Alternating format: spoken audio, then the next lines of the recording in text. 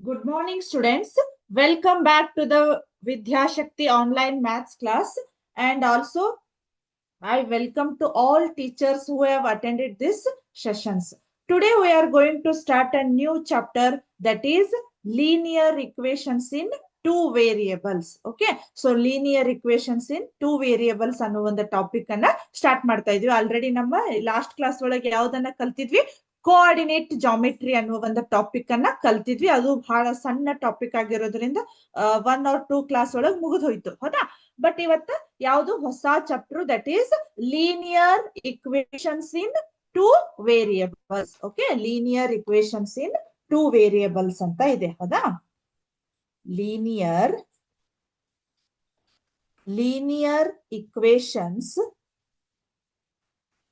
equations in two variable. Okay, two variable, right? ಇಲ್ಲಿ ಸ್ವಲ್ಪ ಬರೀತೆ ನೋಡ್ರಿ, ಇದನ್ನ ವೇರಿಯೇಬಲ್ಸ್ ಅಂತ ಇದೆ, ಹೌದಾ?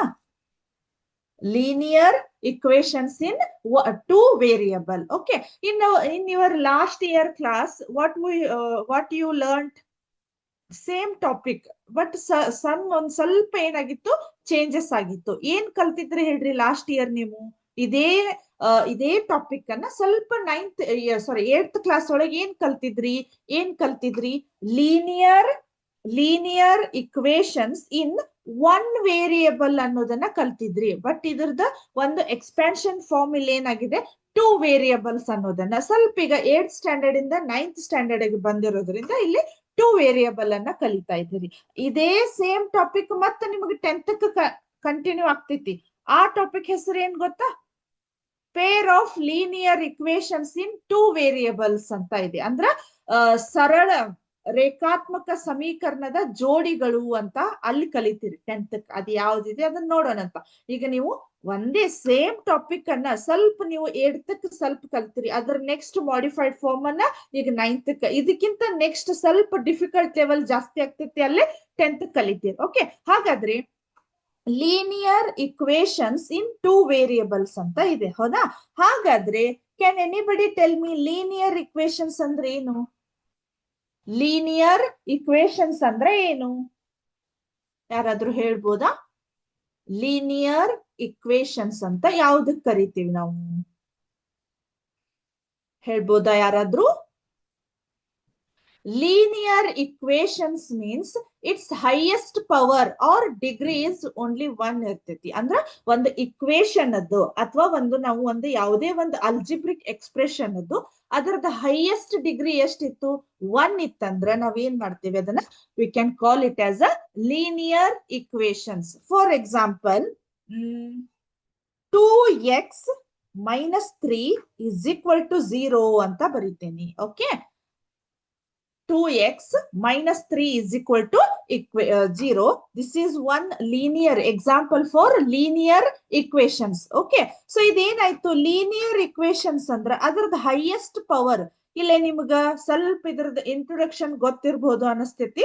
ನಾನು ಯಾಕಂದ್ರೆ 8th ಸ್ಟ್ಯಾಂಡರ್ಡ್ ಸ್ವಲ್ಪ ಇಂಟ್ರೊಡಕ್ಷನ್ ಲೆವೆಲ್ ಕೊಟ್ಟಿದ್ದೆ. ಬಟ್ ನಿಮ್ಗೆ almost what is constant value and what is variable, I hope all of you learned about the basic concept of algebraic expressions, okay, or algebraic term. Okay, ಸಣ್ಣ ಒಂದು revision ಮಾಡ್ತೇನೆ, just ನಿಮ್ಗ ಇದನ್ನ ಅರ್ಥ ಆಗ್ಲಿಕ್ಕೆ ಹೇಳಲಿಕ್ಕೆ. ನಾನು ನಿಮ್ಗ ಫಾರ್ ಎಕ್ಸಾಂಪಲ್ ನಾನೀಗ 2x ಅನ್ನ ಕನ್ಸಿಡರ್ ಮಾಡ್ತೇನೆ. ಓಕೆ, ಸೊ ಈ ಟರ್ಮಿಗೆ ಏನಂತ ಕರಿತೀವಿ ನಾವು? ಈ ಟರ್ಮಿಗೆ ಏನ್ ಕರಿತೀವಿ? What we call it as, this term is a variable, right? Variable. And this term, what we call, this term is a constant value. Okay, ಹೌದಾ? ಇದು ಒಂದು ಅಲ್ಜಿಬ್ರಿಕ್ ಟರ್ಮ್. 2x ಅನ್ನೋದು ನಮ್ಗ ಒಂದು ಅಲ್ಜಿಬ್ರಿಕ್ ಟರ್ಮ್ ಇರೋದು. ಇದ್ರೊಳಗ x ಅನ್ನ variable ಅಂತ ಕರಿತೀವಿ, 2 ಅನ್ನ ಕಾನ್ಸ್ಟೆಂಟ್ ಅಂತ ಕರಿತೀವಿ. ಯಾಕಂದ್ರ ಈ ಎಕ್ಸ್ ವೇರಿಯಬಲ್ ಅಂತ ಯಾಕೆ ಕರಿತೀವಿ ಅಂದ್ರೆ ಅದನ್ನ ಕನ್ನಡ ಒಳಗೆ ನಾವ್ ಏನಂತ ಕರಿತೀವಿ? ಚರಾಕ್ಷರ ಅಂತ ಕರಿತೀವಿ. ಓಕೆ, ಹಾಗಾದ್ರೆ ಅದು ಎಕ್ಸ್ ವ್ಯಾಲ್ಯೂ ನಮಗ ಇಟ್ಸ್ ಕಂಟಿನ್ಯೂ ಚೇಂಜ್ ಆಗ್ತಾ ಇರ್ತದ, ಹೌದಾ? ಅಲ್ಲಿ ಏನಾಗ್ತಾ ಇದೆ, ರಿಮೈನ್ ಟು ಚೇಂಜ್. ಇಲ್ಲಿ ಎಕ್ಸ್ ವ್ಯಾಲ್ಯೂ ನಮಗ್ ಯಾವ ಯಾವ್ಯಾವ ಪ್ರಕಾರ ನಮ್ಗ ಹೆಂಗ್ ಬೇಕ್ ಹಂಗ ನಾವು ಚೇಂಜ್ ಮಾಡ್ಕೋಬಹುದು, that is X value. But ಈ 2 ಅನ್ನೋ ಕಾನ್ಸ್ಟೆಂಟ್ ವ್ಯಾಲ್ಯೂ ಯಾವಾಗಾದ್ರೂ ಅದ್ರದ್ದು ವ್ಯಾಲ್ಯೂ ಚೇಂಜ್ ಆಗಿತ್ತೇನು? ಯಾವಾಗಾದ್ರೂ ಕನಸ್ನ್ಯಾಗ 2 ಅನ್ನೋ ಕಾನ್ಸೆಪ್ಟ್ ಅನ್ನ 3 ಅಂತ ಏನಾದ್ರೂ ಮೆನ್ಷನ್ ಮಾಡಿದ್ರೇನು? ಫಾರ್ ಎಕ್ಸಾಂಪಲ್, ನಾನೊಂದು 2 ಚಾಕ್ಲೇಟ್ಸ್ ತಗೊಂಡ್ ಬರ್ರಿ ಅಂತ ಹೇಳಿದೆ ಅಂತ ತಿಳ್ಕೊಳಿ. 2 ಅಂದ್ರೆ ನಿಮಗೆ 3 ಅಂತ ಯಾವಾಗಾದ್ರೂ ಕಾನ್ಸೆಪ್ಟ್ ಗೊತ್ತಾಗಿದೇನು? ಇಲ್ಲ. ಯಾಕಂದ್ರೆ ಅದು ಯಾವಾಗಿಂದನು ಅದ್ರದ್ದು ಒಟ್ಟ ಕಾನ್ಸ್ಟೆಂಟ್ ಫಿಕ್ಸ್ಡ್ ವ್ಯಾಲ್ಯೂ ಅದು ಒಟ್ಟ ಚೇಂಜ್ ಆಗುದಿಲ್ಲ. ಬಟ್ ಇಲ್ಲಿ ಎಕ್ಸ್ ಅನ್ನೋದು ನಮ್ಗೆ ಏನ್ ಆಗ್ತೈತಿ, ಅದ್ರದ್ದು ವ್ಯಾಲ್ಯೂ ಕೂಡ ನಮ್ಗೆ ಚೇಂಜ್ ಆಗ್ತಾ ಹೋಗ್ತಾ ಇರ್ತೈತಿ. ಸೊ ನಾವ್ ಅದಕ್ಕ ಇದನ್ನ ಏನಂತ ಕರಿತೇವೆ? ವೇರಿಯಬಲ್ ಅಂತ ಕರಿತೇವಿ. This term we can call it as a constant value ಅಂತ ಕರಿತೀವಿ. ಓಕೆ, ಸೊ ಈಗ ಕಾನ್ಸ್ಟೆಂಟ್ ವ್ಯಾಲ್ಯೂ ಇಷ್ಟು ಕಲ್ತ್ರಿ. ಇದೊಂದು ಅಲ್ಜಿಬ್ರಿಕ್ ಎಕ್ಸ್ಪ್ರೆಷನ್, ಹೌದಾ? ಇದರಲ್ಲಿ ಮತ್ತೆ ನಮಗೆ ಇನ್ನಷ್ಟು ಟರ್ಮ್ಸ್ ಗಳು ಬರ್ತಾವ, ನೋಡೋಣ. ಒಂದು ನಿಮ್ಗೆ ಎಕ್ಸಾಂಪಲ್ ಆಗಿ ಒಂದು ಸಿಮ್ಯುಲೇಷನ್ ಅನ್ನ ತೋರಿಸ್ತೇನೆ ನಾನು ಆಮೇಲೆ. ಬಟ್ ಈಗ ಲೀನಿಯರ್ ಇಕ್ವೇಶನ್ಸ್ ಅಂದ್ರೆ ನಮ್ಗ ಒಂದು ಇಕ್ವೇಶನ್ ಅನ್ನ ಬರ್ದಿವಿ ನಾವು ಈ ರೀತಿ, ಹೌದಾ? So if highest degree of this equation is 1, okay. So highest degree ಇಲ್ಲೇ x equal to 0, x raise to 0 ಇರ್ತೈತಿ. ಇಲ್ಲಿ ಏನು ಇಲ್ಲ ಅಂತಂದ್ರ ಇದು ಕಾನ್ಸ್ಟೆಂಟ್ ವ್ಯಾಲ್ಯೂ ಪಕ್ಕ ಏನಾಗಿರ್ತೈತಿ? ಎಕ್ಸ್ ರೇಸ್ ಟು 0 ಅನ್ನೋದು ಇರ್ತೈತಿ. ಎಕ್ಸ್ ರೇಸ್ ಟು 0 ವ್ಯಾಲ್ಯೂ ಎಷ್ಟಾಗತ್ ನೋಡ್ರಿ? ಎಕ್ಸ್ ರೇಸ್ ಟು 0 ವ್ಯಾಲ್ಯೂ ಎಷ್ಟಾಗತ್ತ? 1 ಅಂತ ಆಕೇತಿ, ಹೌದಾ? ಎನಿಥಿಂಗ್ ರೇಸ್ ಟು 0 ಮಾಡ್ರಿ ನೀವು. In case 2 raise to 0, right? 10 raise to 0, ಇವೆಲ್ಲ ವ್ಯಾಲ್ಯೂಗಳು ಏನಾಗ್ತಾವ ನಮ್ಗ 1 ಅಂತನ ಕನ್ಸಿಡರ್ ಆಗ್ತೈತಿ. ಅಲ್ಲೇ ನೀವು ಘಾತಾಂಕ ರೇಸ್ ಟು 0 ಇತ್ತಂದ್ರ ಅದು ಬೇಕಾದ ಸಂಖ್ಯೆ ಇರಬಹುದು, ನಮ್ಗೆ ಏನಾಗತ್ತ ಹೇಳಿರೋದು? ರೇಸ್ ಟು 0 ಇತ್ತಂದ್ರ ಅದ್ರ ವ್ಯಾಲ್ಯೂ ನಮಗ್ ಏನಾಗತ್ತ? 1 ಆಗತ್ತ. ಅದೇ ರೀತಿ ಈಗ ಇಲ್ಲಿ 3 ಬರ್ದೆ ನಾನು, ಬಟ್ ಅಲ್ಲಿ ಏನು ಇಲ್ಲ ಅಂದ್ರೆ ಅಲ್ಲಿ ಎಕ್ಸ್ ರೇಸ್ ಟು 0 ಅಂತ ಇರ್ತೈತಿ ಅಂತ ನಾವು ಅದನ್ನ ಮೈಂಡ್ ಸೆಟ್ ಇರ್ಬೇಕು, ಹೌದಾ? ಇದ್ರೊಳಗೆ ಈಗ 0 ಮತ್ತೆ 1 ಅಂದ್ರೆ ಇದ್ರಾಗ ಹೈಯೆಸ್ಟ್ ಪವರ್ ಎಷ್ಟಾಯ್ತು? 1 ಆಯ್ತು. ಸೊ ಅವಾಗ ನಾವ್ ಏನಂತ ಕರಿತೀವಿ? ಅದನ್ನ ಲೀನಿಯರ್ ಇಕ್ವೇಶನ್ಸ್ ಅಂತ ಕರಿತೀವಿ. If highest power of the expression is 2 ಇತ್ತಂದ್ರ, ಹೈಯೆಸ್ಟ್ ಪವರ್ 2 ಇತ್ತಂದ್ರ ಅದಕ್ಕೆ ಏನಂತ ಕರಿತೀವಿ?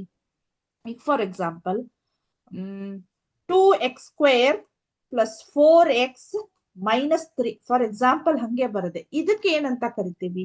ಯಾವ ಇಕ್ವೇಶನ್ಸ್ ಅಂತ ಕರಿತೀವಿ? ಯಾರಾದ್ರೂ ಹೇಳ್ಬೋದಾ? ಇದಕ್ಕೆ ಏನಂತ ಕರಿತೀವಿ? ಈಗ ಇದು ಓಕೆ, ಹೈಯೆಸ್ಟ್ ಪವರ್ 1 ಇತ್ತು, then we can call it as a linear equations. If highest power is 2, then what we call it as? Highest power 2, then we can call it as a quadratic equations or ವರ್ಗ ಸಮೀಕರಣಗಳು ಅಂತ ಕರಿತೀವಿ. ಕರೆಕ್ಟಾ? In case ಇಲ್ಲೇ ನಿಮ್ಗೆ already ನೀವ್ ಏನ್ ಮಾಡಿದಿರಿ? ಈಗ 9th ಕ್ಲಾಸ್ ಒಳಗ ನಿಮಗ ಸ್ವಲ್ಪ ಫಸ್ಟ್ ಟಾಪಿಕ್ ಯಾವ್ದು ಹೇಳ್ರಿ? ಪಾಲಿನಾಮಿಯಲ್ ಒಳಗ್ ನಾನು ಹೇಳಿನಿ ಸ್ವಲ್ಪ ಆಲ್ಮೋಸ್ಟ್, ಹೌದಾ? ಅಲ್ಲೇನಾಗಿದೆ? 2x² ಅಂದ್ರ ಈಗ ಹೈಯೆಸ್ಟ್ ಪವರ್ 2 ಇದೆ ನಮ್ಗೆ. ಇಲ್ಲಿ 0 ಇದೆ, ಇಲ್ಲಿ 1 ಇದೆ, ಇಲ್ಲಿ 2 ಇದೆ. ಹೈಯೆಸ್ಟ್ ಪವರ್ 2 ಇದ್ದಾಗ ನಾವು ಅದಕ್ಕ ಕ್ವಾಡ್ರೆಟಿಕ್ ಇಕ್ವೇಶನ್ಸ್ ಅಂತ ಕರಿತೀವಿ. ಅದೇ ರೀತಿ ಸೇಮ್ ಇದೇ ಎಕ್ಸಾಂಪಲ್ ಅನ್ನ ಮತ್ again I can write 2x³ 4x² + 3x - 2 = 0. ಇದಕ್ಕೆ ಏನಂತ ಕರಿತೀವಿ? ಇಲ್ಲಿ ಏನಾಗಿದೆ? ಹೈಯೆಸ್ಟ್ ಪವರ್ 3 ಇದೆ ನಮ್ಗೆ, ಓಕೆ. ಈ ಒಂದು ಇಕ್ವೇಶನ್ ಅದ ಹೈಯೆಸ್ಟ್ ಪವರ್ 3 ಇದೆ. 3 ಇದ್ರೆ ಅದಕ್ಕೆ ಏನಂತ ಕರಿತೀವಿ? ಇದಕ್ಕ ಕ್ವಾಡ್ರೆಟಿಕ್ ಇಕ್ವೇಶನ್ಸ್ ಅಂತ ಕರಿತೀವಿ, ಹೌದಾ? ಹೈಯೆಸ್ಟ್ ಪವರ್ 2 ಇತ್ತಂದ್ರ ಕ್ವಾಡ್ರೆಟಿಕ್ ಇಕ್ವೇಶನ್ ಆರ್ ವರ್ಗ ಸಮೀಕರಣಗಳು ಅಂತ ಕರಿತೀವಿ. ಇನ್ ಕೇಸ್ ಹೈಯೆಸ್ಟ್ ಪವರ್ 3 ಇತ್ತಂದ್ರ ಅದಕ್ಕೆ ನಾವೇನಂತ ಕರಿತೀವಿ? ಕ್ಯೂಬಿಕ್ ಇಕ್ವೇಶನ್ಸ್ ಅಂತ ಕರಿತೀವಿ. ಘನ ಸಮೀಕರಣಗಳು, ವರ್ಗ ಸಮೀಕರಣಗಳು, ಹೌದಾ? ಈ ವರ್ಗ ಸಮೀಕರಣಗಳು ಅನ್ನುವ ಒಂದು ಟಾಪಿಕ್ ಅನ್ನ ನೀವು you will learn in your 10th class, ಹೌದಾ? ನಿಮ್ಮ 10th ಕ್ಲಾಸಿಗೆ ಹೋದಾಗ ಈ ವರ್ಗ ಸಮೀಕರಣಗಳ ಅಂದ್ರೇನು ಅದರ ಬಗ್ಗೆ ಡಿಟೇಲ್ ಕಾನ್ಸೆಪ್ಟ್ ಅನ್ನ ಅಲ್ಲಿ ಕಲಿತೀರಿ, ಓಕೆ. ಸೊ ಇವಾಗ ನಿಮಗಿರೋದು ಯಾವ್ದಂದ್ರ ಜಸ್ಟ್ ಫಾರ್ ನಾಲೆಜಿಗೆ ನಾನು ಇದನ್ನ ಹೇಳಿದೆ. 2 ಹೈಯೆಸ್ಟ್ ಪವರ್ 2 ಇತ್ತಂದ್ರ ಕ್ವಾಡ್ರೆಟಿಕ್ ಇಕ್ವೇಶನ್, ಹೈಯೆಸ್ಟ್ ಪವರ್ 3 ಇತ್ತಂದ್ರ ಕ್ಯೂಬಿಕ್ ಇಕ್ವೇಶನ್. ಬಟ್ ನಾವ್ ಇವತ್ತು ಕಲಿತಾ ಇರೋದು only linear equations, okay. Linear equations, okay. So ನಿಮ್ಮನ್ನ 8th ಕ್ಲಾಸ್ ಒಳಗ linear equations in one variable ಅಂತ ಕಲ್ತೀರಿ. ಓಕೆ, ಹಾಗಾದ್ರೆ ಆ ಲೀನಿಯರ್ ಇಕ್ವೇಶನ್ ಅನ್ನ ಯಾವ ರೀತಿ ಬರೀತಿದ್ರಿ? ಅದು ಯಾವ ಫಾರ್ಮ್ ಒಳಗಿರ್ತಿತ್ತು? ax plus b is equal to 0. ಹೌದಾ? ಈ ಫಾರ್ಮ್ ಒಳಗಿತ್ತು. ಇದಕ್ ನಾವೇನಂತ ಕರಿತಿದ್ವಿ? Linear equations in one variable. General form of linear equations in one variable ಅಂತ ಕರಿತಿದ್ವಿ, ರೈಟ್? ಇವಾಗ ಇದೇ ಲೀನಿಯರ್ ಇಕ್ವೇಶನ್ ಅನ್ನ ನಾನು 2 ವೇರಿಯಬಲ್ ಗೆ ಕನ್ವರ್ಟ್ ಮಾಡಬೇಕು. ಓಕೆ, ಅದ್ರದ್ದು linear equations in 2 variable. 1 variable means ಇಲ್ಲೇ ಒಂದೇ ಒಂದು ಚರಾಕ್ಷರ ಇರ್ತೈತಿ. ಓಕೆ, ಹಾಗಾದ್ರೆ ಇಲ್ಲಿ 2 ವೇರಿಯಬಲ್, ರೈಟ್? ಇಲ್ಲಿ ನಾನು ಅಂಡರ್ಲೈನ್ ಮಾಡೋದನ್ನ ನೋಡ್ತೀರಿ. 2 ವೇರಿಯಬಲ್ ಅಂದ್ರೆ ನಂಗೆ ಏನ್ ಬೇಕು? We want 2 variables. Okay, 2 variables means ನಾನು ಯಾವ ರೀತಿ ಬರೀತೀನಿ ನೋಡ್ರಿ ಇದನ್ನ. ax plus by plus c is equal to 0. Okay, this is the general form of linear equations in 2 variable. 2 variable means x is one variable and another variable is y. Okay, so these variables are called 2 variable. What? Linear equations in 2 variable. ಇದೊಂದು linear equation. ಅದರೊಳಗೆ ನಮಗೆ 2 variable ಸಿಕ್ಕುವ, 2 variable. This is the general form of linear equations in 2 variable. Okay, ಸ್ವಲ್ಪ ನೀವು ಬೇಕಾದ್ರೆ ಬರ್ಕೋಬಹುದು, note down ಮಾಡ್ಕೋಬಹುದು. General form. Okay, general form of ಯಾವುದು? Linear equations in 2 variable. That is ಏನಾಯ್ತು ನಮಗ? ax plus by plus c is equal to 0 ಅಂತ ನಾವು ಹೇಳ್ಬೋದು. ಹೌದಾ? ನಿಮಗೆ ಬಹಳ ಸಮ್ ಟೈಮ್ ನಿಮಗ 1 ಮಾರ್ಕ್ಸ್ ಗೆ ಕೇಳ್ತಾ ಇರ್ತಾರೆ. ಹೌದಾ? Right the general form of linear equations in 2 variables ಅಂತ ಹೇಳ್ತಾ ಇರ್ತಾರೋ, ಅವಾಗ ನೀವು ಹಿಂಗ್ ಬರಿಬಹುದು. ಅಥವಾ 1 ವೇರಿಯಬಲ್ ಇತ್ತಂದ್ರ ಈ ರೀತಿ ಬರಿಬಹುದು. ಅಂಡರ್ಸ್ಟ್ಯಾಂಡ್ ಆಯ್ತಾ? ನೆಕ್ಸ್ಟ್ ಹೋಗೋಣ. ಈಗ ನೆಕ್ಸ್ಟ್ ಇವಾಗ ನೋಡ್ರಿ, ನನಗೆ ಸ್ವಲ್ಪ ಲೀನಿಯರ್ ಇಕ್ವೇಶನ್ಸ್ ಗೆ ಎಕ್ಸಾಂಪಲ್ಸ್ ಗಳನ್ನ ಹೇಳ್ಬಹುದಾ? 1 ವೇರಿಯಬಲ್ ಗೆ. ಇವಾಗ ನೋಡ್ರಿ, ನಾನು 2x plus 3 is equal to 0. This is the linear equations in 1 variable. Okay, we have to convert this linear equations in 1 variable to 2 variable. Okay, let me start. Okay, so ಇದನ್ನ ಯಾವ ರೀತಿ ನಾನು convert ಮಾಡ್ತೇನಂದ್ರ, so 2x ಈಗ for example ಒಂದ್ಸಲ ಅದರ general form ಅನ್ನ ಬರೀತೀನಿ.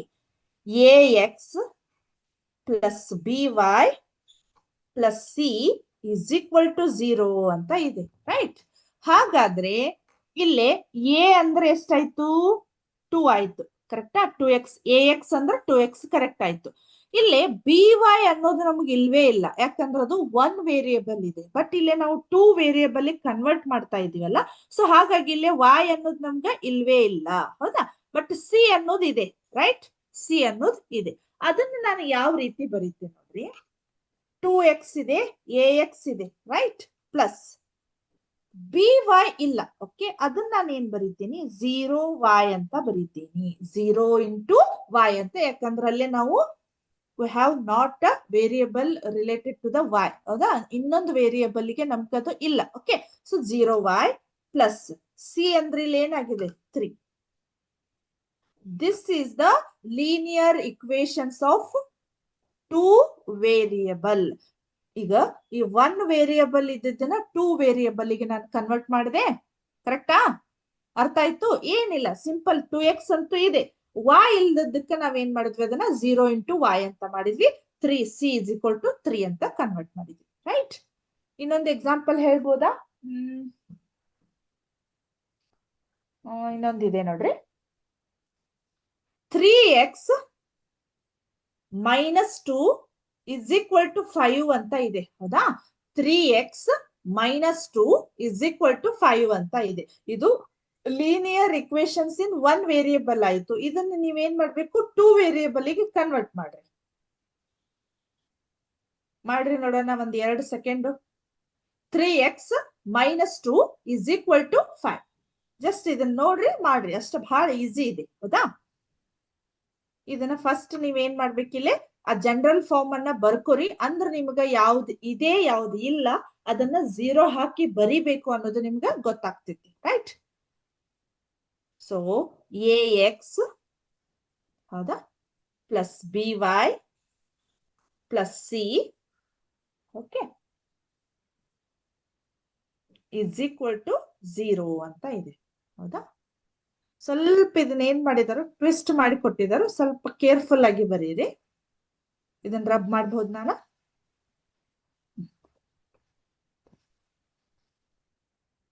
ಇಲ್ಲಿ ಏನಾಯ್ತು, ಫಸ್ಟ್ ಇದನ್ನ ಏನ್ ಬರ್ಕೋರಿ, 3x ಅಂತ ಇದೆ, ರೈಟ್.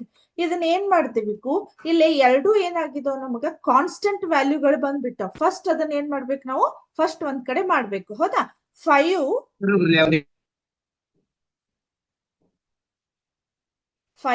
ಓಕೆ. ಸೊ ಅಲ್ಲಿ ಏನಾಗಿದೆ, ಇಲ್ಲ ಅದನ್ನ ಏನ್ ಮಾಡ್ಬೋದು ನೀವು ಡೈರೆಕ್ಟ್ ಇದನ್ನ ಏನ್ ಮಾಡ್ಬೋದು, ಕಾನ್ಸ್ಟೆಂಟ್ ವ್ಯಾಲ್ಯೂವನ್ನ ಆಮೇಲೆ ನಾವು ಬೇಕಾದ್ರೆ ಇದನ್ನ ಸಾಲ್ವ್ ಮಾಡುವಾಗ ಹೇಳ್ತೇನಂತ. ಸೊ ಈಗ ಏನಾಯ್ತು, 3x - 2 ಅಂತ ಇದೆ ಅಲ್ಲ. ಸೊ ಈಗ ax ಅಂದ್ರ 3x ಕರೆಕ್ಟ್ ಇದೆ ಹೌದಾ. ಈಗ ಇಲ್ಲಿ y ಟರ್ಮ್ ಇಲ್ಲ ನನ್ಗೆ, ಅವಾಗ ನಾನು ಏನ್ ಮಾಡ್ತೇನೆ, +0y ಅಂತ ಬರದೆ, ರೈಟ್. ಆಮೇಲೆ ಇಲ್ಲೇ ಪ್ಲಸ್ ಇದೆ ಅಲ್ಲ, ಆ ಜಾಗಕ್ಕೆ ಏನಾಗಿದೆ ನನ್ಗೆ ಇಲ್ಲೇ -2 ಇದೆ, ರೈಟ್. -2 = 5 ಅಂತ ಇದೆ ಹೌದಾ. ನಾವ್ ಇದನ್ನ ಸಾಲ್ವ್ ಮಾಡ್ಬೇಕಾದ್ರೆ ಇದನ್ನ ಒಂದೇ ಕಡೆ ಮಾಡೋದು ಅದೆಲ್ಲ ಆಮೇಲೆ ನೋಡೋಣ. ಬಟ್ ಈಗ ನಮಗೆ ಏನ್ ಮಾಡ್ಬೇಕು, ಫಸ್ಟ್ ನಾವು ಏನ್ ಕಲಿಬೇಕು, ಆ 1 ವೇರಿಯೇಬಲ್ ಇದ್ದನ್ನ 2 ವೇರಿಯೇಬಲ್ ಯಾವ ರೀತಿ ಕನ್ವರ್ಟ್ ಮಾಡ್ಬೇಕು ಅನ್ನೋದು ನಮ್ಗೆ ಗೊತ್ತಾಗ್ಬೇಕು ಅಷ್ಟೇ ಹೌದಾ. ಅಂದ್ರೆ ಈಸಿ ಇದೆ, ಎಲ್ಲಿ ಅದು ಇಲ್ಲ ಅಲ್ಲಿ 0 × y ನಮಗೆ ಮುಗೀತು ಕೆಲಸ. ಸೊ ಇವಾಗ 3x ನಮ್ದು ಇಂಟ್ರೊಡಕ್ಷನ್ ಆಯ್ತು. ಇದು ಅಂದ್ರೆ 1 ವೇರಿಯೇಬಲ್ ಮತ್ತೆ 2 ವೇರಿಯೇಬಲ್ ಗೆ ಇಂಟ್ರೊಡಕ್ಷನ್ ಆಯ್ತು. ನೆಕ್ಸ್ಟ್ ಇವಾಗ ಡೈರೆಕ್ಟ್ ನಮ್ಗೆ ಏನಾಗ್ಬಿಡ್ತು, ಎಕ್ಸರ್ಸೈಸ್ 4.1 ಬಂತು. ಜಸ್ಟ್ ಇದು ಇಷ್ಟೇ ನಮ್ಗೆ ಇದ್ರಲ್ಲಿ ಇರ್ತಕ್ಕಂತ ಇಂಟ್ರೊಡಕ್ಷನ್ ಇದೆ. ಅದನ್ನ ಯಾವ ರೀತಿ ಅಂತ ಹೇಳಿ ನೋಡೋಣ ಅಂತ. ಫಸ್ಟ್ ಇಲ್ಲಿ ಏನಾಗಿದೆ, ಒಂದು ಎಕ್ಸರ್ಸೈಸ್ 4.1 ಬರೋಣ ಹೌದಾ. ನಿಮಗೆ ಇದ್ರಲ್ಲಿ ಏನಾದ್ರೂ ಡೌಟ್ಸ್ ಇದೆಯಾ? ನನ್ಗನ್ಸಿದ ಮಟ್ಟಿಗೆ ಅಂತ ಅನಿಸ್ತೈತಿ. ಇಲ್ಲೊಂದಿಷ್ಟು ಎಕ್ಸಾಂಪಲ್ಸ್ ಗಳನ್ನ ಮಾಡಿದ್ರಿ ಅಂದ್ರೆ ನಿಮಗೆ ಇನ್ನೂ ಈಸಿ ಆಗ್ತೈತಿ. ಓಕೆ, ಸೊ ಎಕ್ಸರ್ಸೈಸ್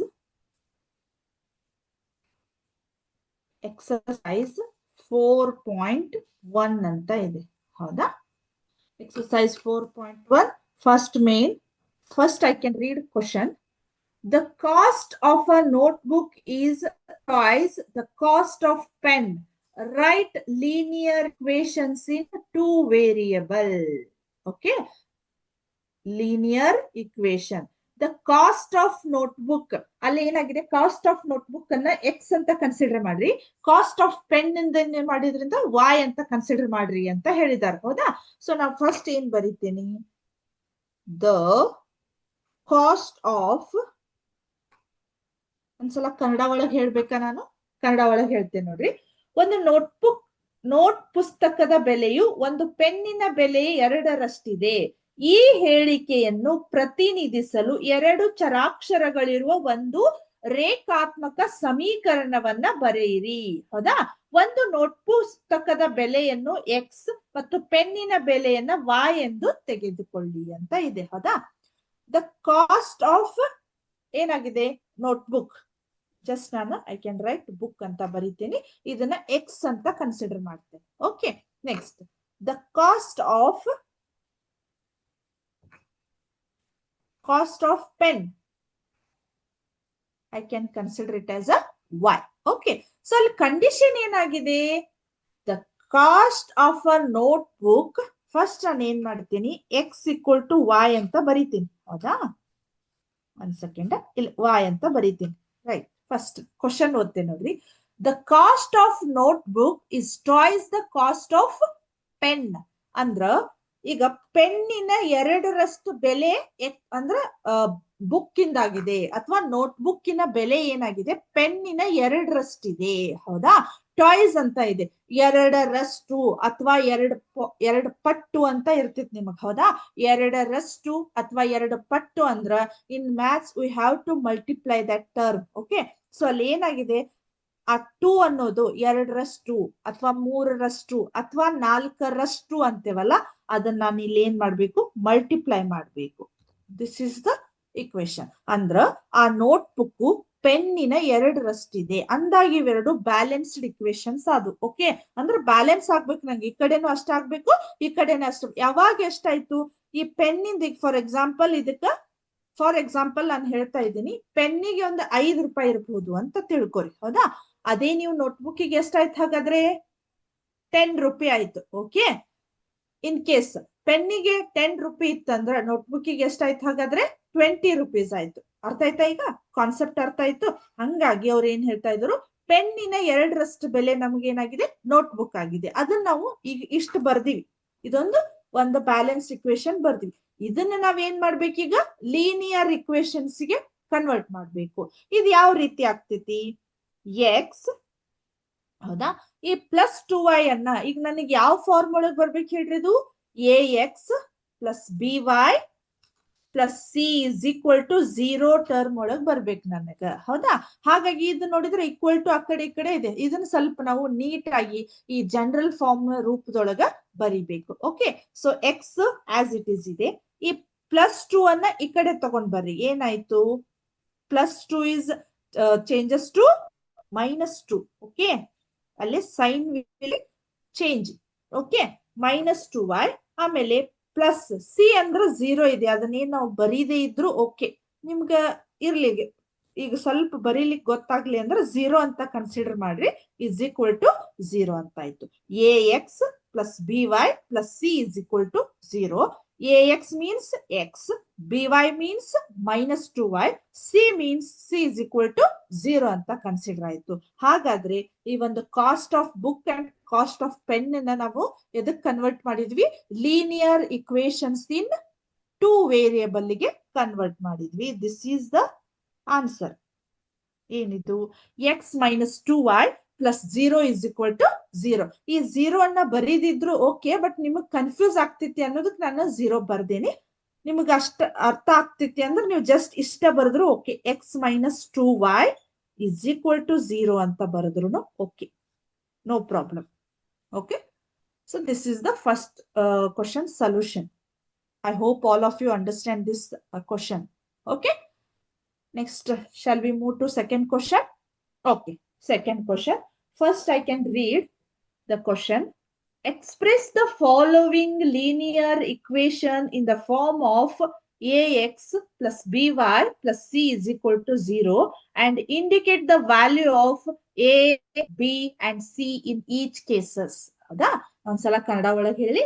ಅಂದ್ರಲ್ಲಿ ಏನಾಗಿದೆ, ಆ ರೇಖಾತ್ಮಕ ಸಮೀಕರಣಗಳನ್ನ ಫಸ್ಟ್ ನಾವ್ ಏನ್ ಮಾಡ್ಬೇಕು, ax plus by plus c is equal to 0 ರೂಪದೊಳಗ ಬರೆದು ಅದ್ರೊಳಗ what is a and what is b and what is c ಅನ್ನೋದನ್ನ ನಾವು ಇಂಡಿಕೇಟ್ ಮಾಡ್ಬೇಕಂತೆ. ಹೌದಾ? ಹಾಗಾದ್ರೆ ನಾನು 1 or 2 ಎಕ್ಸಾಂಪಲ್ ಅನ್ನ ಹೇಳ್ತೀನಿ, ಉಳಿದಿದ್ದು ನೀವೇ ಮಾಡ್ಬೇಕು. ಓಕೆ, ಸೊ ಹಾಗಾದ್ರೆ ನೋಡೋಣ.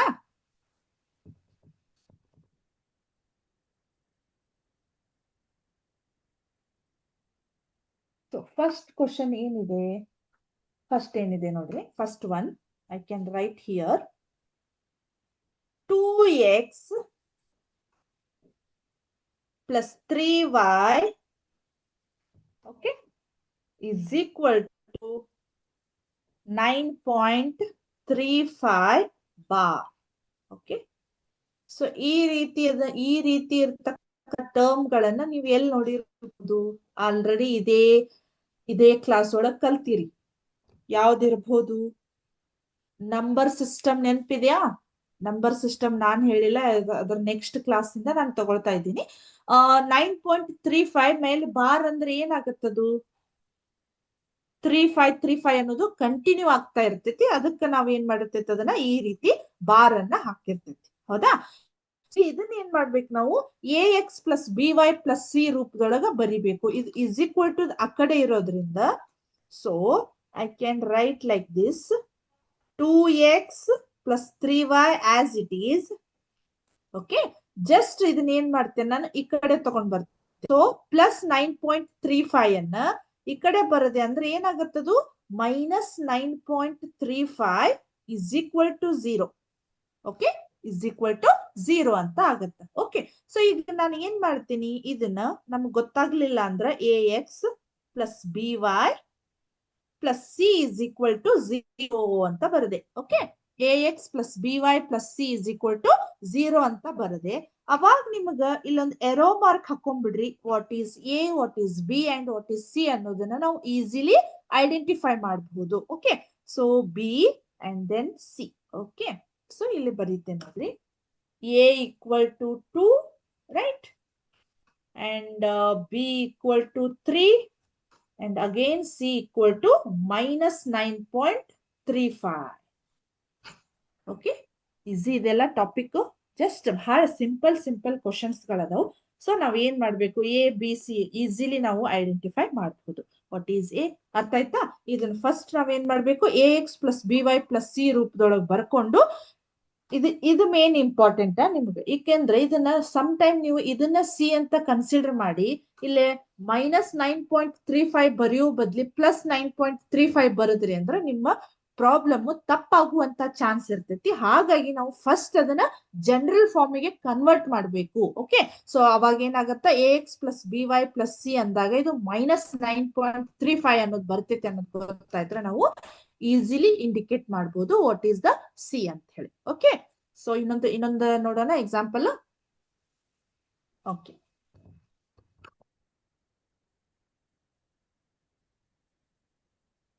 ಸೆಕೆಂಡ್ ಎಕ್ಸಾಂಪಲ್ ಏನಾಗಿದೆ ಇಲ್ಲಿ ನೋಡ್ರಿ, X minus y divided by 5 -10 exactly -10 is equal to 0. ಹೌದಾ? ಈಗ ಏನಾಗ್ಬಿಡ್ತು, ನನಗಿದು ಭಿನ್ನ ರಾಶಿ ಒಳಗ್ ಬಂದ್ಬಿಡ್ತು. ಈ ರೀತಿ ನನ್ಗ ಬೇಡ. ಹೌದಾ? ಸೊ ಅವಾಗ ನಾನು ಏನ್ ಮಾಡ್ತೀನಿ, ರೈಟ್, ಈಗ ಏನಾಯ್ತು, X minus y by 5 -10 is equal to 0 ಅಂತ ಬರುತ್ತೆ. ಸೊ ನೀವು ಅವಾಗ ಏನ್ ಮಾಡ್ಬಿಡ್ತೀರಿ, ಇದನ್ನ 1/5 ಅಂತೂ ಬರಿಬಹುದು. ಬಟ್ ನನಗೆ ಸ್ವಲ್ಪ ನೀಟಾಗಿ ಇರ್ಲಿ ಅನ್ನೋದಕ್ಕೆ ನಾನು ಯಾವ ರೀತಿ ಬರಿತೇನಂದ್ರ, ಈಗ ಇದನ್ನ ಲಸಾವನ್ನ ತೆಗಿಯೋಣ. ಈಗ ಲಸಾವನ್ನ ತೆಗೆದ್ರೆ ನಿಮಗ್ ಕನ್ಫ್ಯೂಸ್ ಆಗ್ತೈತೆ ಅಂದ್ರೆ ಇದನ್ನ ಪಾಯಿಂಟ್ ಒಳಗೆ ಬರ್ತೈತಿ, ಸುಮ್ನೆ ಕನ್ಫ್ಯೂಷನ್ ಆಗ್ತೈತಿ. ಈಸಿಲಿ ನಾವ್ ಏನ್ ಮಾಡ್ಬೋದು, ಲಸಾವನ್ನ ಅಥವಾ LCM ಅನ್ನ, we have to find the LCM of this term. Okay, so ಇಲ್ಲಿ ಏನು ಇಲ್ಲ ಅಂದ್ರೆ 1, ಇಲ್ಲಿ ಏನು ಇಲ್ಲ ಅಂದ್ರೆ 1 ಇದೆ ಅಂದ್ರೆ, ಹಾಗಾದ್ರೆ ಡೈರೆಕ್ಟ್ ನಮ್ಗೆ ಏನಾಗ್ಬಿಡ್ತೈತಿ, ವಾಟ್ ಈಸ್ ದ LCM ಅನ್ನೋದು ಗೊತ್ತಾಗ್ತೈತಿ. That is 5 is the LCM of this term. Okay, so ಹಾಗಾದ್ರೆ ಏನಾಗುತ್ತ, ನಂಗೆ LCM ಅಂದ್ರೆ 5 ಆಯ್ತು, ರೈಟ್. ಈಗ 1 into 5, ಹೌದಾ, this is 1 into 5. Okay, 5x minus y minus 10 into 5 is 50 is equal to 0. So ಈಗ ಏನ್ ಮಾಡ್ತೀನಿ, ಈ 5 ಅನ್ನ ಈ ಕಡೆ ಕಳಿಸ್ಬಿಡೋಣ. ಅದೇನಾಗ್ಬಿಡ್ತೈತಿ, ನಮ್ಗೆ ಆಟೋಮೆಟಿಕ್ಲಿ 0 ಆಗ್ಬಿಡ್ತೈತಿ. ಹೌದಾ? ಹಾಗಾದ್ರೆ ನಾವ್ ಏನ್ ಬಂತು ನಮ್ಮ answer, 5x minus y minus 10 sorry -50 is equal to 0 ಅಂತ ಬಂತು. ಕರೆಕ್ಟ್? ಹಾಗಾದ್ರೆ what is a and what is b and what is C? a equal to 5, right, and y equal to, ಇಲ್ಲಿ ಏನು ಇಲ್ಲ ಅಂದ್ರೆ ಏನ್ ಇರ್ತಿತ್ತು ನಮಗ, 1 ಇರ್ತಿತ್ತು, ರೈಟ್. ಸೊ 1 ಯಾವುದು, ಅದರದ ಸೈನ್ ಅನ್ನು ನಾವು ಕೂಡ್ಸೆ ಹೇಳ್ಬೇಕು. That is -1 and this is the -50. Okay, -50. ಇದು ನಮ್ದು ಒಂದು ಈ ಲೀನಿಯರ್ ಇಕ್ವೇಶನ್ ಅನ್ನ ಎ ಬಿ ಅನ್ನ ಐಡೆಂಟಿಫೈ ಮಾಡಿದ್ವಿ. ಅರ್ಥ ಆಯ್ತಾ? ಸೊ ನೀವೇನಾದ್ರೂ ನೋಟ್ ಡೌನ್ ಮಾಡ್ಕೊತಿದ್ರ ಮಾಡ್ಕೋಬಹುದು. ಓಕೆ, ಎ ಅಂದ್ರೇನು, ಬಿ ಅಂದ್ರೇನು, ಸಿ ಅಂದ್ರೇನು. Okay, next. ಸೊ ಇದು ಇಲ್ಲಿಗೆ ಏನಾಯ್ತು, ಎಕ್ಸಸೈಸ್ 4.1 ಅನ್ನೋದು ಕಂಪ್ಲೀಟ್ ಆಯ್ತು. ಅಂದ್ರೆ ಇದರಲ್ಲಿ ಇನ್ನೂ ಒಂದಿಷ್ಟು ಪ್ರಾಬ್ಲಮ್ಸ್ ಗಳದಾವು. ಅವನ್ ಏನ್ ಮಾಡೋಣ ಅಂದ್ರೆ ನೀವ ಮಾಡ್ರಿ, ಅವೇನ್ ಜಸ್ಟ್ ಎ ಬಿ ಸಿ ಅನ್ನ ಮಾಡ್ಬೋದು. ಅದನ್ನ ನೆಕ್ಸ್ಟ್ ಟಾಪಿಕ್ಗೆ ಹೋಗೋಣಂತ. ಅದಕ್ಕಿಂತ ಮುಂಚೆ ನಿಮ್ಗೆ ಇಲ್ಲಿ ಒಂದು ಬೇಸಿಕ್ ಅಲ್ಜಿಬ್ರಿಕ್ ಇಕ್ವೇಶನ್ ಅದು ಒಂದು ಸಿಮ್ಯುಲೇಷನ್ ಇದೆ, ತೋರಿಸ್ತೇನೆ ನೋಡ್ರಿ. ಹ್ಮ್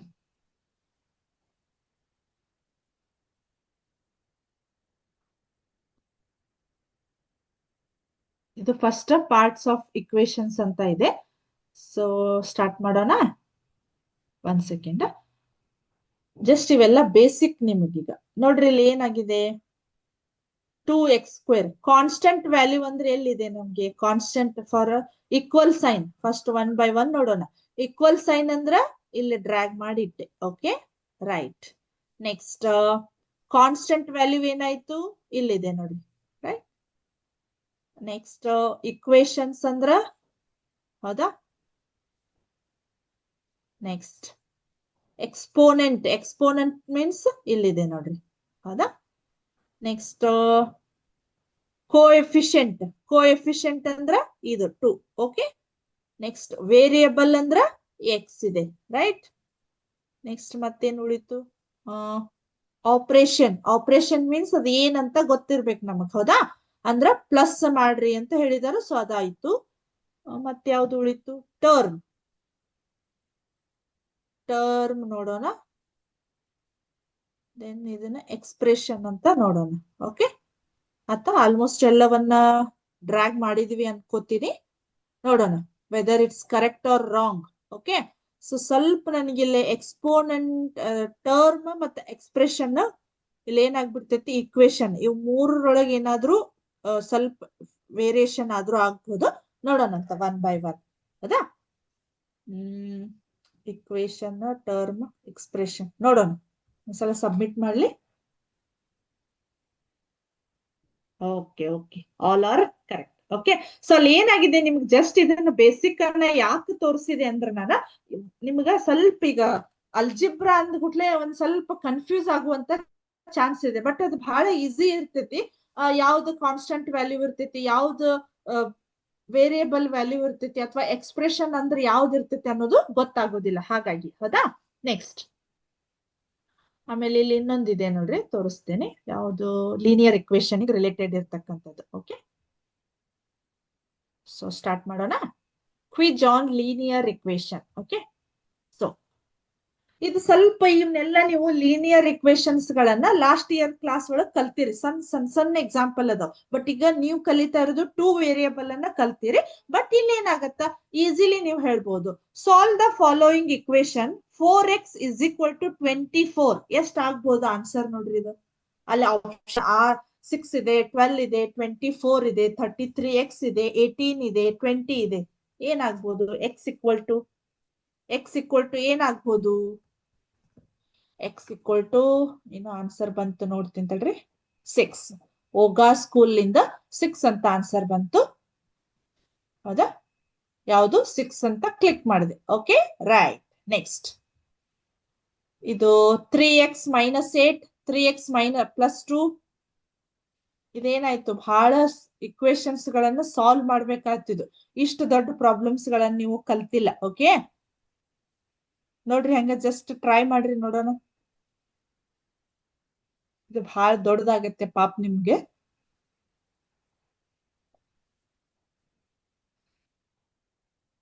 ಇಲ್ಲ ಇಲ್ಲ, ಒಂದ್ ಸೆಕೆಂಡ್ ಮತ್ತೆ ಸ್ಕಿಪ್ ಮಾಡ್ಬಿಡ್ತೇನೆ. ಯಾಕಂದ್ರೆ ಟೈಮ್ ಆತಂದ್ರ ಅದು ಹೋಗ್ಬಿಡ್ತೈತಿ. ನೋಡ್ರಿ, ತಾನೇ ಹೋಗ್ಬಿಡ್ತೈತಿ. Find the value of 3m + 2 = 20 ಅಂತ ಇದೆ, ಹೌದಾ? ಏನಾಗತ್ ನೋಡ್ರಿ ಅದು. 3m + 2 = 20. What is the value of m? ಇವೆಲ್ಲ ಈಸಿ ಇರೋದ್ರಿಂದ ನಿಮಗ್ ಕೇಳ್ತಾ ಇದ್ದೀನಿ. ಯಾಕಂದ್ರೆ ಹಿಂದಿನ ಪ್ರಾಬ್ಲಮ್ ಏನಾಗ್ಬಿಟ್ಟಿತ್ತು, ಸ್ವಲ್ಪ ಬಹಳ ಕಾಂಪ್ಲಿಕೇಟ್ ಆಯ್ತು. ಅದನ್ನ ವಿಚಾರ ಮಾಡೋದ್ರಾಗ ಅಲ್ಲಿ ಟೈಮ್ ಆಗ್ಬಿಡ್ತಿತ್ತು, ಹೌದಾ? Find the value of 3m + 2 = 20. m value ಬೇಗ ಬೇಗ ಹೇಳ್ಬೇಕು. m ವ್ಯಾಲ್ಯೂ ಎಷ್ಟಾಗ್ತೈತಿ? ಏನೋ ಆನ್ಸರ್ ಬಂತು, ನೋಡೋಣ.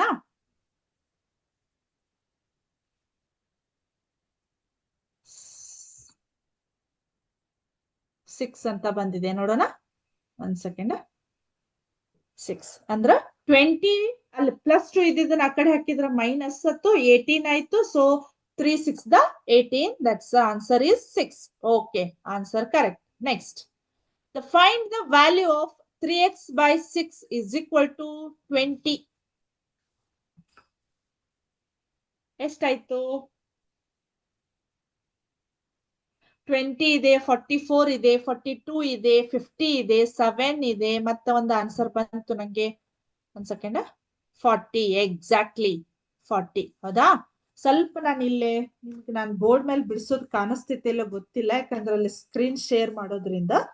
3x/6 is equal to 20 ಅಂತ ಇದೆ. ಹೌದಾ? So 3x is equal to ಈ 6 ಅನ್ನ ಇದು ಈ ಕಡೆ ಹೋಯ್ತಂದ್ರ ಡಿವಿಷನ್ ಪ್ಲೇಸ್ ನಿಂದ ಮಲ್ಟಿಪ್ಲೈ ಪ್ಲೇಸ್ ಹೋಗ್ತೈತಿ. So 6 2s is 12, that is 120. So therefore x equal to 120 divided by 3. ಹೌದಾ? 3 1s are 3 4s are 12 and this is the 0. Okay, so answer is 40. Okay, next, find the value of x minus 22 is equal to 22. ಬೇಗ ಬೇಗ ಹೇಳ್ಬೇಕು, ಬಹಳ easy question ಇದೆ. x minus 22 is equal to 22. ಬಂತು already answer. ಹೌದಾ? Thank you for your response. Okay, ಓಗಾ school ಇಂದ ಬಂತು. So 44 is the right answer. Next, find the value of 2x is equal to 0. Quick ಆಗಿ ಹೇಳ್ಬೇಕೀಗ. Okay answer ಬರ್ತಾ ಇದೆ, that is 0. Okay, next, find the value of x minus 12 is equal to 24. x minus 12 is equal to 24. ಯಾಕಂದ್ರೆ ಇವನ್ already ನೀವು 9th class ಒಳಗೆ 8th class ಒಳಗೆ ಕಲ್ತ್ಬಿಟ್ಟಿರಿ. ಹೌದಾ? x minus 12 is equal to 24. Answer is exactly ಈ -2 ನ ಆ ಕಡೆ ಕಳಿಸ್ರಿ ಏನಾಯ್ತು ನಮ್ಗೆ? 36 is the answer, right answer. Okay, next, find the value of 66x is equal to 11 ಅಂತ ಇದೆ. ಇಲ್ಲೇ ಸ್ವಲ್ಪ ಅವ್ರು ಏನ್ ಮಾಡಿಬಿಟ್ಟಿದಾರೋ ಆನ್ಸರ್ ಅನ್ನ ಸ್ವಲ್ಪ ಬೇರೆ ರೀತಿಯಲ್ಲಿ ಕೊಟ್ಟಿದ್ದಾರೆ. ಆಕ್ಚುಲಿ 66 ಅಂದ್ರೆ ಇಲ್ಲಿ ಕೆಳಗ್ ಬರ್ಬೇಕು, ಅವಾಗ ನಮ್ಗೆ ಏನಾಗ್ತೈತಿ 1/6 ಬರ್ತೈತಿ. ಬಟ್ ಅವ್ರು ಅದನ್ನ ಉಲ್ಟಾ ಕೊಟ್ಬಿಟ್ಟಿದ್ದಾರೆ. ಹೌದಾ? ಇಲ್ಲಿ ಕಾಣಿಸ್ತಾ ಇದೆ ನಿಮ್ಗಿದು ಎಕ್ಸ್ಪ್ರೆಷನ್ ಅನ್ನ. ಇಲ್ಲಿ ಸ್ವಲ್ಪ ಇದು ರಾಂಗ್ ಇದೆ, ನಾನು ನಿನ್ನೆ ನೋಡ್ದೆ. ಬಟ್ ನಿಮ್ದೇನು ಆನ್ಸರ್ ಇದೆ ನೋಡ್ತೀನಿ ತಡ್ರಿ. ಹೌದಾ? ಸೊ 1/6 ಇದೆ, ಬಟ್ ನಾನು ನಿನ್ನೆ ನೋಡ್ದೆ ಅವರಲ್ಲಿ ಆಪ್ಷನ್ನೇ ಇಲ್ಲ ಅಲ್ಲಿ ನಮ್ಗೆ. ಓನ್ಲಿ 6 ಅಂತ ಇದೆ. ಜಸ್ಟ್ 6 ಅಂತ ನಾನು ಓನ್ಲಿ ಕ್ಲಿಕ್ ಮಾಡ್ತೇನೆ. ಓಕೆ, ಯಾಕಂದ್ರೆ ಅದು ರಾಂಗ್, ಬಟ್ ಅದು ಅಲ್ಲಿ ಆಪ್ಷನ್ ಇಲ್ಲದ ಹಾಗೆ ನಾನೀಗ ಅದನ್ನ 6 ಅಂತ ಅಷ್ಟೇ ಕ್ಲಿಕ್ ಮಾಡ್ತಾ ಇದ್ದೀನಿ. Right? Next, find the value of, ಇದು ಕೂಡ ಅದೇ ರೀತಿ ಇದೆ ನಮ್ಗೀಗ. ಹೌದಾ? 45a is equal to 5 ಅಂತ ಇದೆ. ಆನ್ಸರ್ ಈಸ್ 1/9 ಬರ್ಬೇಕು, ಬಟ್ ಅಲ್ಲಿ ಏನಾಗಿದೆ ಅವರು ಆ ಆಪ್ಷನ್ ಕೊಟ್ಟಿಲ್ಲ. ಕರೆಕ್ಟ್? ನೋಡೋಣ, ಇಲ್ಲಿ ಕಾಣಿಸ್ತಾ ಇದೆ ನಮ್ಗೆ. ಇಲ್ಲೇ ನೋಡ್ರಿ, PC2 ದಿಂದ 9 ಅಂತ ಇದೆ ಆಕ್ಚುಲಿ. ಹೌದಾ? ಸೊ ಅಲ್ಲಿ ಏನಾಗಿದೆ 1/9 ಬರ್ಬೇಕು, ಬಟ್ ಅದನ್ನ ಏನ್ ಮಾಡಿದಾರ ಆ ಆಪ್ಷನ್ ಇಲ್ಲದ ಹಾಗೆ. ಸೊ ನಾನು ಅದನ್ನ 9 ಅಂತಾನೆ ಕ್ಲಿಕ್ ಮಾಡ್ತೇನೆ. Okay, thank you. Find the value of 169b is equal to 13. 169b is equal to 13. 169b is equal to 13. Answer ನೋಡೋಣ. 124 ಅಂತ ಬಂತು ಆನ್ಸರು. ರಾಂಗ್ ಅದು. 13 ನೋಡ್ರಿ option. Find the value of 169b is equal to 13. So 13 ಅದ square ಮಾಡ್ರಿ, ಅಲ್ಲಿ ನಿಮ್ಗೆ ಏನಾಗತ್ತ 169 ಆಗತ್ತ. ಅಂದ್ರೆ 13 13s. ಹೌದಾ? ಹಾಗಾಗಿ ಇದೇನಾಗತ್ತ ಈಗ 1/13 ಬರ್ಬೇಕು, ಬಟ್ ಅದು ಆಪ್ಷನ್ ಇಲ್ಲದಕ್ಕೆ ನಾನು 13 ಅಂತ ಕ್ಲಿಕ್ ಮಾಡ್ತೇನೆ. Okay, this is the quiz on linear equations. ಹೌದಾ? ಇದನ್ನೊಂದು ಬಿಟ್ಟೇವಿ ನಾವು, ಇದು ಇರ್ಲಿ. ಸೊ ನಾನು ಹಂಗೆ ಒಂದು ಕ್ಲಿಕ್ ಮಾಡ್ತೇನೆ ಈಗ, ಯಾಕಂದ್ರೆ ಸಾಲ್ವ್ ಮಾಡ್ಲಿಕ್ಕೆ ಅಷ್ಟೊತ್ತು ಟೈಮ್ ಇಲ್ಲ. ನೋಡೋಣ ಯಾವ್ದು ಕರೆಕ್ಟ್ ಅಂತ ಹೇಳಿ. ರಾಂಗ್ ಆಗಿದೆ. ಹೌದಾ? 4 is the right answer. Okay, so ಏನಾಯ್ತು, ಇದೊಂದು ಗೇಮ್ ಕಂಪ್ಲೀಟ್ ಆಯ್ತು. ಓಕೆ, ಸೊ ಇದು ನಮ್ಮ ಏನಾಗಿತ್ತು, ಲೀನಿಯರ್ ಇಕ್ವೇಶನ್ ಇನ್ 1 ವೇರಿಯಬಲ್, ಅದರೊಳಗೆ ಎಕ್ಸರ್ಸೈಸ್ 4.1 ಅನ್ನ ನಾವು ಕಂಪ್ಲೀಟ್ ಮಾಡಿದ್ವಿ. ಓಕೆ, ಅದರ ನೆಕ್ಸ್ಟ್ ಪಾರ್ಟ್ ಏನಾಗಿದೆ ಅಂದ್ರೆ ನಮಗ solution for linear equations in 1 variable. ಅಂದ್ರ ಅವನ್ನ ಸಾಲ್ವ್ ಮಾಡ್ಬೇಕು ನಾವು. ಇಷ್ಟೊತ್ವರೆಗೂ ಏನ್ ಬರ್ದಿವಿ, ಬಟ್ ಅಲ್ಲಿ ಏನ್ ಮಾಡಿದ್ವಿ, ಜಸ್ಟ್ ಜನರಲ್ ಫಾರ್ಮ್ ಅನ್ನ ಕಲ್ತೀವಿ, ಅದನ್ನ ಇಕ್ವೇಶನ್ ರೂಪದೊಳಗೆ ಬರೆಯೋದನ್ನ ಕಲ್ತೀವಿ. ಬಟ್ ಅವನು ಸಾಲ್ವ್ ಮಾಡ್ಬೇಕಲ್ಲ. ನನಗೀಗ ಹಂಗೆ ನಾನು ಏನ್ ಮಾಡ್ಬಿಟ್ಟೆ, 2x -3 = 5 ಅಂತ ಬರದೆ. ಬಟ್ ನಮಗ ಮ್ಯಾಥ್ಸ್ ಒಳಗೆ ಏನಾಯ್ತು, ಮ್ಯಾಥ್ಸ್ ಇರ್ಲಿ ಬಟ್ ನಮ್ಗೆ at the end of the day ನಮ್ಗೊಂದು ರೌಂಡ್ ಫಿಗರ್ ಅಥವಾ ಒಂದು ಎಕ್ಸಾಕ್ಟ್ ವ್ಯಾಲ್ಯೂ ಬೇಕಲ್ಲ ನಮ್ಗೆ. We want exact value. ಹಾಗಾಗಿ ಈ ಒಂದು ಲೀನಿಯರ್ ಇಕ್ವೇಶನ್ಗೆ ಏನಾಗತ್ತೆ ಹೇಳ್ರಿ, ಎಕ್ಸಾಕ್ಟ್ಲಿ 4 ಜಸ್ಟ್ ನಾವು ಆನ್ಸರ್ ಅನ್ನ ಅದೇ ರೀತಿ ಈಗ 4 ಅಂತ ನಮ್ಗೆ ಆನ್ಸರ್ ಬಂತು, ಹೌದಾ? ಸೊ ಅಲ್ಲಿ ಏನಾಗತ್ತ, ಆ ರೀತಿ ಅಲ್ಲಿ ಸೊಲ್ಯೂಷನ್ಸ್ ಗಳಿಗೆ ನಾವು ಏನ್ ಮಾಡ್ಬೇಕು, ಅಲ್ಲಿ ಸೊಲ್ಯೂಷನ್ ಫಾರ್ ಲೀನಿಯರ್ ಇಕ್ವೇಶನ್ಸ್ ಅಂತ ಹೇಳಿ ಒಂದು ನೆಕ್ಸ್ಟ್ ಟಾಪಿಕ್ ಇದೆ, ಹೌದಾ? ಹಾಗಾದ್ರೆ ಆ ಸೊಲ್ಯೂಷನ್ಸ್ ಗಳಿಗೆ ಏನದಾವು ಅಂತ ಹೇಳಿ ನೋಡೋಣ. Okay, every linear equation in one variable has a unique solution, ಹೌದಾ? ಅಲ್ಲೇ ಯಾವ್ದಾಗಿರ್ತೈತೆ ಹೇಳ್ರಿ, ವೇರಿಯಬಲ್. ಒನ್ ವೇರಿಯಬಲ್ ಇತ್ತಂದ್ರ ಅದು ಒಂದೇ ಒಂದು ಸೊಲ್ಯೂಷನ್ ಅನ್ನ ಹೊಂದಿರ್ತೈತಿ, ಹೌದಾ? ಸೊ ನಿಮ್ಗೆ ಗೊತ್ತಿರುವ ಹಾಗೆ ಲೀನಿಯರ್ ಇಕ್ವೇಶನ್ ಇತ್ತಂದ್ರ ಅದು ಒಂದೇ ಸೊಲ್ಯೂಷನ್ ಅನ್ನ ಹೊಂದಿರ್ತೈತಿ. ಅದೇ ನೀವು ಕ್ವಾಡ್ರೆಟಿಕ್ ಇಕ್ವೇಶನ್ ಹೋದ್ರದು 2 ಇಕ್ವೇಶನ್ ಅನ್ನ ಹೊಂದಿರ್ತೈತಿ. But linear equation in 2 variable ಅಂತ ಇತ್ತು ಅಂದ್ರ ಅದ್ ಏನಾಗಿರ್ತೈತಂದ್ರ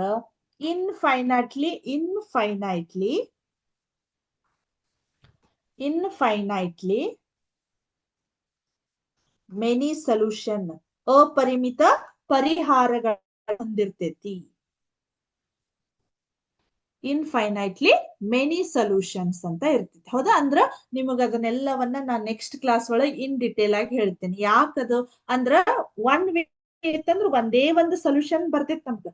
ಬಟ್ 2 ವೇರಿಯಬಲ್ ಇತ್ತಂದ್ರ ಆದಷ್ಟು ಪರಿಹಾರಗಳನ್ನ ಅಥವಾ ನಾವು we have to find solutions infinitely, ಅಂದ್ರೆ ನಮಗ ಲೆಕ್ಕವಿಲ್ಲದಷ್ಟು ಪರಿಹಾರಗಳನ್ನ ಕಂಡ್ಕೋಬಹುದು, ಹೌದಾ?